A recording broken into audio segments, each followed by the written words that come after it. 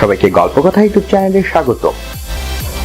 বিনোদন ও স্পোর্টসের এরকম আরো নিউজ পেতে আমাদের চ্যানেলটি সাবস্ক্রাইব করুন ও বেল বাটনে প্রেস করুন।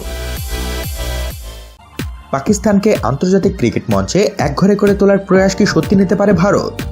সুপ্রিম কোর্ট নিযুক্ত বোর্ড প্রশাসকদের প্রধান বিনোদ রায় এমন ইচ্ছার কথা বললেও নানা প্রশ্ন উঠছে এ নিয়ে।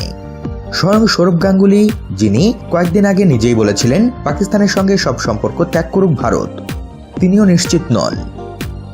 সৌরভ একটি চ্যানেলে বলেছেন, দ্বিপাক্ষিক সিরিজে ভারত খেলে না পাকিস্তানের সঙ্গে। শেষ দ্বিপাক্ষিক সিরিজ হয়েছে 2006 সালে।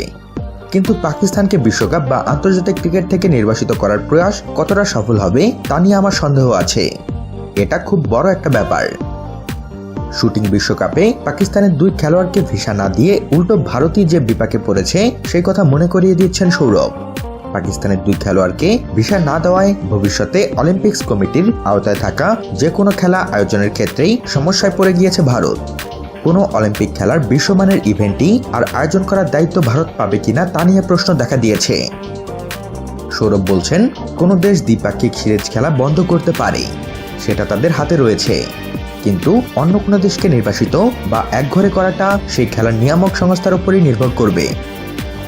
ভারতীয় ক্রিকেট বোর্ডকে বিশ্বকাপের নিরাপত্তা ব্যবস্থা নিয়ে ব্যাখ্যা দিতে পারে নিয়ামক সংস্থা, কিন্তু তাদের দাবি মেনে পাকিস্তানকে একঘরে করার চেষ্টা শুরু হবে এমন সম্ভাবনা খুব একটা কেউ দেখছেন না।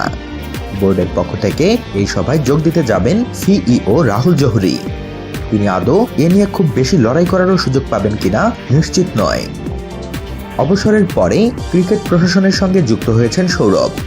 সিএবি প্রেসিডেন্টের দায়িত্ব সামলাচ্ছেন। ক্রিকেট প্রশাসনের অন্দরমহলে কি হতে পারে সে সম্পর্কে অবহিত তিনি বলে দিচ্ছেন, আইসিসি আলাদা একটি প্রতিষ্ঠান, বিশ্বকাপ সম্পূর্ণ আলাদা একটি প্রতিযোগিতা, দ্বিপাক্ষিক সিরিজ নয়। আমার ব্যক্তিগত মত হচ্ছে পাকিস্তানকে বিশ্বকাপ বা আন্তর্জাতিক ক্রিকেট থেকে বাতিল করা সম্ভব নয়। এ বিষয়ে তিনি আরও যোগ করেছেন, বিশ্বকাপের এখন অনেক দেরি আছে, তখন দেখা যাবে কি হয়। কিন্তু ভারত বা ভারত সরকারের পক্ষে আইসিসিতে গিয়ে পাকিস্তানকে নির্বাসিত করার দাবি জানানো খুব কঠিন হবে। 1% সম্ভাবনাও নেই সেই দাবি মেনে নেওয়ার। সৌরভ মনে করছেন, ভারতীয় ক্রিকেট নিয়ে ভারতীয় বোর্ড সিদ্ধান্ত নিতে পারে, কিন্তু তারা যদি মনে করে তাদের কথা শুনে আইসিসি পাকিস্তানকে একঘরে করে দেবে, তাহলে ভুল ভাবছে।